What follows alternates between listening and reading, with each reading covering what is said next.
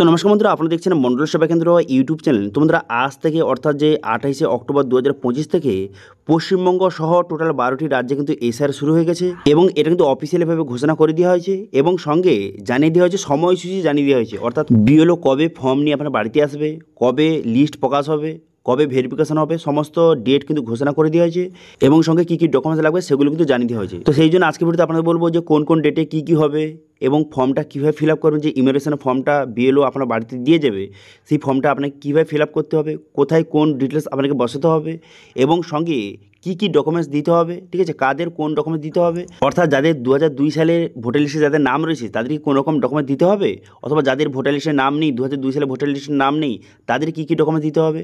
অথবা 2002 সালের আপনার ভোটার লিস্টে আপনার নাম নেই কিন্তু আপনার বাবার নাম রয়েছে, সেক্ষেত্রে কি আপনাকে কোনো রকম ডকুমেন্টস দিতে হবে।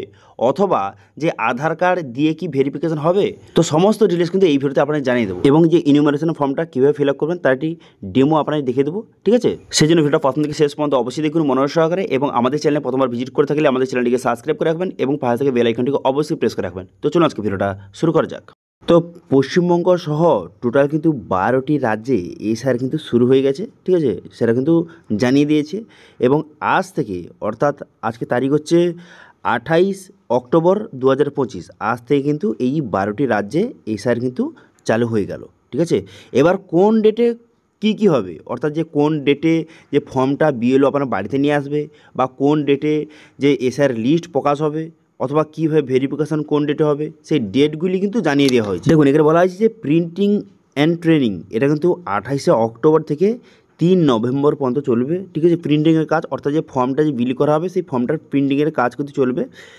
এবার তারপরে যে 2 নম্বর এখানে house to house immigration form, অর্থাৎ যে বিএলও যে বাড়িতে ফর্ম নিয়ে আসবে সেটা হচ্ছে 4ই নভেম্বর থেকে 4ই ডিসেম্বর 2025 এর মধ্যে কিন্তু নিয়ে আসবে।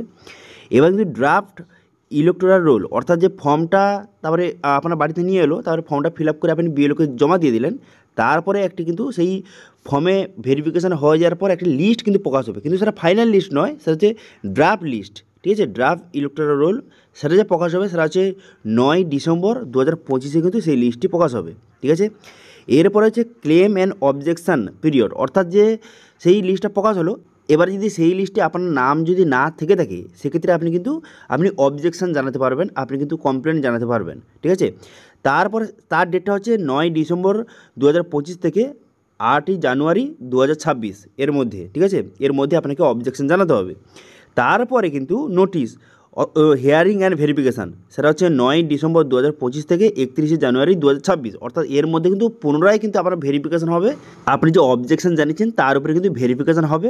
ভেরিফিকেশান হয়ে যাওয়ার পর যদি আপনার সমস্ত ডকুমেন্টস বা সব কিছু ঠিকঠাক থেকে থাকে তাহলে কিন্তু আপনার নামটা পুনরায় কিন্তু উঠে যাবে লিস্টে এবং যে ফাইনাল যে ভোটার লিস্টটা প্রকাশ হবে সেটা হচ্ছে 7ই ফেব্রুয়ারি 2026।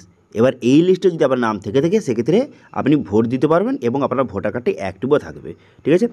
এবার বর্তমানে যে বিএলও বাড়িতে যে ফর্মটা নিয়ে আসবে, ইমিগ্রেশন যে ফর্মটা নিয়ে আসবে সেটা কীভাবে ফিল আপ করবেন, দেখুন সেটাও কিন্তু এখানে বলে দেওয়া হয়েছে। এখানে দেখতে পাচ্ছেন এখানে লেখা আছে ইমিগ্রেশন ফর্ম। এবার এই ফর্মে কী কী ডিটেলস আগে থেকে ফিল আপ থাকবে, দেখুন এখানে যে আপনার নামটা সেটা আগে থেকে ফিল আপ থাকবে এবং এপিক নাম্বার এবং অ্যাড্রেস এগুলো কিন্তু আগে থেকে ফিল আপ থাকবে। এছাড়াও কিন্তু serial number, part number, name এবং কিন্তু স্টেট এগুলো কিন্তু আগে থেকে ফিল আপ থাকবে এবং একটি কিউআর কোড কিন্তু দেওয়া থাকবে সেই ফর্মে, ঠিক আছে। ফর্মে কিন্তু কিউআর কোড দেওয়া থাকবে এবং ওল্ড ফটো, অর্থাৎ যে আপনার ভোটার কার্ডের যে ফটোটা রয়েছে ওল্ড ফটো সেটাও কিন্তু এই ফর্মে দেওয়া থাকবে। এবার আপনাকে যেটা করতে হবে সেটা কিন্তু আপনাকে কারেন্ট ফটো, অর্থাৎ যে আপনার যে এখনও বর্তমানে যে ফটোটা, ঠিক আছে, 3 মাসের মধ্যে আপনার যে নিউ ফটোটা সেই নতুন ফটোটা এখানে বানাতে হবে ফর্মে, ঠিক আছে, এখানে বলে দেওয়া হয়েছে।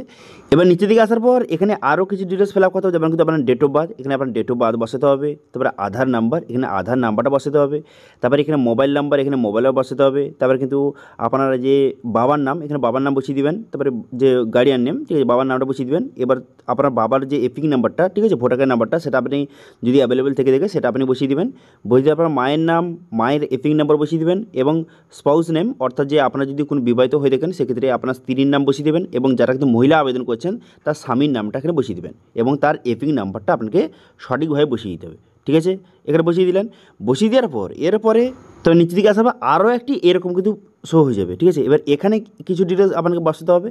এখানে বলে দেওয়া হয়েছে যে লাস্ট এসিআরে ঠিক আছে, লাস্ট এশিয়ারে যে ইলেকট্রল যে রয়েছে, ঠিক আছে, যে ভোট দিয়েছে তার ডিটেলস এখানে বসাতে হবে। দেখুন এখানে আবার কার ডিটেলসটা বসাবেন, এখানে যে লাস্ট এশিয়ার অর্থাৎ 2002 সালে ভোটার লিস্টে যদি আপনার নাম থেকে থাকে সেক্ষেত্রে এখানে আপনার যে ডিটেলসগুলি আপনি বসিয়ে দেবেন। এবার যদি 2002 সালে আপনার যদি নাম না থেকে থাকে, যেমন আমার হচ্ছে 2002 সালে আমার নাম নেই কিন্তু আমার বাবার নাম রয়েছে, তো সেক্ষেত্রে আমি কী করবে, সেক্ষেত্রে ফর্মটা ফিল কীভাবে করবেন? দেখুন প্রথম বললে কি, যাদের কিন্তু 2002 সালে ভোটার লিস্টের নাম রয়েছে, ঠিক আছে, তারা কীভাবে ফিল আপ করবেন, তারা কিন্তু এখানে তার নাম বসিয়ে দেবেন, বসিয়ে দেওয়ার পর এপি নম্বর, রিলেটিভ নামের জায়গায় তার বাবার নাম বসিয়ে দিতে হবে, তারপরে রিলেশনশিপ এগুলো বসিয়ে দিতে হবে, তারপরে কিন্তু এখানে ডিস্ট্রিক্ট, স্টেট, তারপরে সে এসি নাম্বার, পান নাম্বার, সিরিয়াল নম্বর, এটা কিন্তু ভোটার লিস্টে কিন্তু দেওয়া রয়েছে, ঠিক আছে। এবার সেগুলো কিন্তু আপনাকে বসিয়ে দিতে হবে। আপনার যে ভোটার লিস্ট যখন ডাউনলোড করবেন তখন কিন্তু সেখানে লেখা রয়েছে এসি নেম, পার নেম, সিরিয়াল নম্বর, এগুলো কিন্তু লেখা থাকে, ঠিক আছে। অথবা আপনার ভোটার নাম্বার দিয়েও আপনি অনলাইনে সার্চ করে দেখে নিতে পারেন, এইগুলো কিন্তু ডিটেলসগুলি শো হয়ে যাবে, এসি নাম্বার, তারপর পার নম্বর, সিরিয়াল নম্বর, ঠিক আছে, সেগুলো আপনি বসিয়ে দেবেন। এবার তারপরে এখানে কার ডিটেল বসাবেন, এখানে তার রিলেটিভ অর্থাৎ যে এখানে যার ডিটেল বসিয়েছেন এবং রিলেটিভের নেমের জায়গায় যার নাম বসিয়েছেন তার ডিটেলস এখানে বসাতে হবে। অর্থাৎ এখানে যদি আপনার ডিটেলস বসান তো এবার রিলেটিভের নামের জায়গায় আপনার বাবার নাম বসান, সেক্ষেত্রে এখানে আপনার বাবার ডিটেলস এখানে আপনাকে বসিয়ে দিতে হবে, ঠিক আছে, বুঝে গেল, বসিয়ে দিলেন। এবার মেন কথাটা হচ্ছে আপনার 2002 সালে আপনার নাম নেই, আপনার বাবার নাম রয়েছে, তো সেক্ষেত্রে আপনি কীভাবে ফিল আপ করবেন, সেক্ষেত্রে কোনো সমস্যা নেই, এখানে কিন্তু আপনার সমস্ত ডিটেলস বসিয়ে দিতে হবে, ঠিক আছে। সেক্ষেত্রেও এখানে আপনার সমস্ত ডিটেলস এখানে আপনাকে বসাতে হবে, আপনার নাম, আপনার এপি নম্বর, রিলেটিভ নেমের জায়গায় আপনার বাবার নাম কিন্তু এখানে বসিয়ে দেবেন, ঠিক আছে, এবং কিন্তু এখানে ডিস্ট্রিক্ট, স্টেট বসিয়ে দিলেন। এবার এখানে কিন্তু আপনার বাবার নামটা সঠিকভাবে বসিয়ে দেবেন, আপনার বাবার নাম, আপনার বাবার এপি নম্বর, যেটা কিন্তু 2002 সালে আপনার বাবার নাম, এপি নম্বর এবং রিলেটিভ নেম তার বাবার নাম অর্থাৎ আপনার দাদুর নাম এখানে বসিয়ে দেবেন, এবং রিলেশনশিপ, তারপরে ডিস্ট্রিক্ট, তারপর স্টেট, এগুলো কিন্তু ডিটেলসগুলি আপনি একে একে বসিয়ে দেবেন, ঠিক আছে, বোঝা গেল, ক্লিয়ার।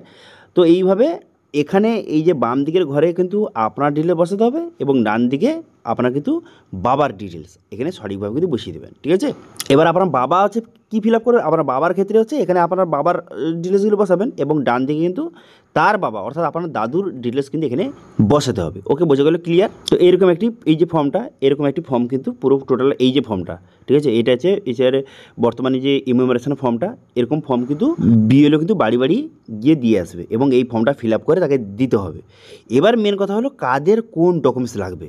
দেখুন, তো সর্বপ্রথম বলে কি ডকুমেন্টসটা কাদের দিতে হবে। দেখুন আপনার যদি 2002 সালে ভোটার লিস্টে আপনার নাম থেকে থাকে সেক্ষেত্রে কোনো রকম ডকুমেন্টস দিতে হবে না, শুধু ফর্মটা যদি দেখালাম একটু আগে সেই ফর্মটা ফিল আপ করে দিলেই কিন্তু হয়ে যাবে, এক্ষেত্রে আপনাকে কোনো রকমের ডকুমেন্টস কিন্তু দিতে হবে না।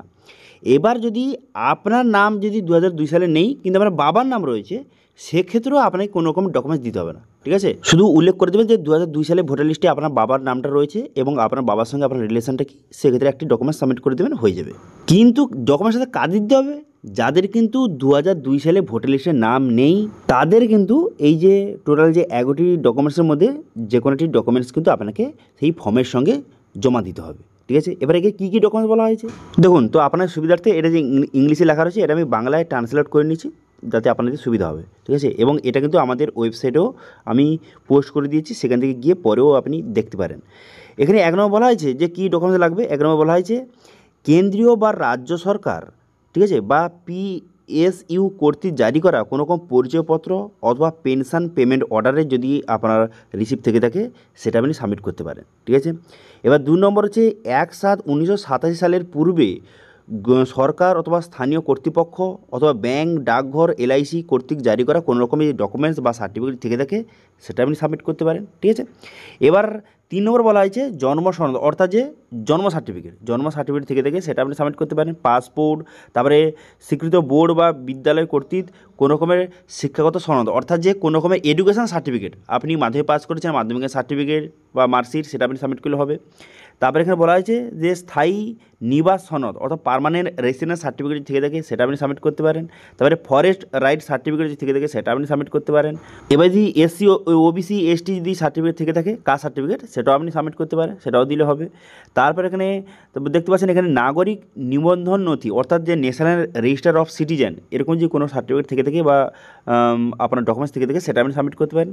এবার স্থানীয় কর্তৃপক্ষ কর্তৃক যে প্রস্তুতিকৃত পরিবার নিবন্ধন, পরিবারের কোনো রকম যদি যে নিবন্ধন যে সার্টিফিকেট থেকে থাকে সেটা আপনি সাবমিট করতে পারেন। এরপরে দেখতে পাচ্ছেন যে সরকার কর্তৃক জারি করা কোনো বাড়ি বা জমির কোনো রকম ডকুমেন্টস থেকে আপনার বাড়ি অথবা জমির কোনো রকম যে ডকুমেন্টস থেকে দলিল হতে পারে, অর্থাৎ যে ল্যান্ড অথবা যে হাউস অ্যালাইনমেন্ট যে সার্টিফিকেট যে থেকে গভর্নমেন্ট থেকে ইস্যু করা কোনো রকম সার্টিফিকেট থেকে সেটা আপনি সাবমিট করলে হবে।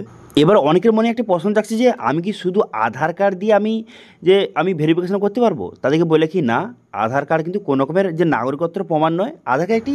আধার কার্ড কিন্তু কেবলমাত্র আইডেন্টি প্রুফ হিসেবে ইউজ করা যায়, কিন্তু এটাকে যে নাগরিকত্ব প্রমাণ হিসাবে এই ডকুমেন্টস দিলে কিন্তু হয় না। তো সেক্ষেত্রে বর্তমানে জানিয়ে দিয়েছে যে শুধুমাত্র আধার কার্ড দিয়ে কিন্তু হবে না, ঠিক আছে? শুধুমাত্র আধার কার্ড দিলে কিন্তু আপনার যে ভেরিফিকেশন হয়ে যাবে এরকম কিন্তু নয়, সেটা কিন্তু পরিষ্কার জানিয়ে দেওয়া হয়েছে। আপনার এই 11টি ডকুমেন্টসের মধ্যে যে কোনো একটি ডকুমেন্টস কিন্তু আপনাকে দিতেই হবে, ঠিক আছে? আধার কার্ড দিলেও এই ডকুমেন্টসের মধ্যে যে কোনো একটি ডকুমেন্টস কিন্তু আপনাকে সাবমিট করতে হবে। ওকে, বোঝা গেল? ক্লিয়ার? তো আসলে বুঝতে পেরেছেন, এই ভিডিওতে আপনারা দেখে দিলাম যে বর্তমানে কিন্তু পশ্চিমবঙ্গ সহ টোটাল কিন্তু 12টি রাজ্যে এসআইআর শুরু হয়ে গেছে, এবং কোন তারিখ যে সময়সূচি সেটা আপনাদের জানিয়ে দিলাম, এবং বর্তমানে ফর্মটা কীভাবে ফিল আপ করবেন সেটা জানিয়ে দিলাম, এবং ফর্মের সঙ্গে কী কী ডকুমেন্টস অ্যাটাচ করতে হবে সেটা আপনাদের জানিয়ে দিলাম। এবার এই ফর্মটা ফিল আপ করে আপনি জমা করে দিন, তারপর কিন্তু আপনার যে ড্রাফট লিস্ট প্রকাশ হবে, তারপরে সেই লিস্টে আপনার নাম যদি থেকে দেখে নেবেন, চেক করে নেবেন, এবং যাদের নাম নেই তারা কিন্তু অবজেকশন জানাতে পারবেন। তারপর কিন্তু পুনরায় আবার ভেরিফিকেশন হবে, এবং আরও কিছু ডকুমেন্টস আপনার কাছ থেকে চাওয়া হবে। তারপরে সব কিছু ঠিকঠাক থেকে থাকলে পুনরায় কিন্তু আপনার লিস্টে আপনার নাম উঠে যাবে, এবং ফাইনাল যে ভোটার লিস্টটা সেটা কিন্তু 7ই ফেব্রুয়ারি 2026 কিন্তু প্রকাশ করা হবে। এবার সেই লিস্টে আপনার নাম থেকে থাকলে আপনি কিন্তু ভারতের নাগরিক, এবং আপনি ভোট দিতে পারবেন, এবং আপনার ভোটার কার্ডটি অ্যাক্টিভও থাকবে। তো এসআর নিয়ে পুরো বিষয়টা আপনাদের বুঝিয়ে দিলাম। এবার এসআর নিয়ে আরও কোনো রকম যদি আপনার কোশ্চেন থেকে অবশ্যই কমেন্ট করুন, আমি অবশ্যই রিপ্লাই করবো। এবং আজকে ভিডিও ভালো লাগে তাহলে ভিডিওকে লাইক করে দেবেন, এবং ভিডিও কিন্তু বন্ধুর সঙ্গে শেয়ার করে দেবেন। এবং আমাদের চ্যানেলে প্রথমবার ভিজিট করে থাকলে আমাদের চ্যানেলটিকে সাবস্ক্রাইব করে রাখুন, এবং পাশে থেকে বেল আইকনটিকে অবশ্যই প্রেস করে রাখুন। আজকে ভিডিওটা এই পর্যন্ত, দেখা হচ্ছে নেক্সট ভিডিওতে। Thank you.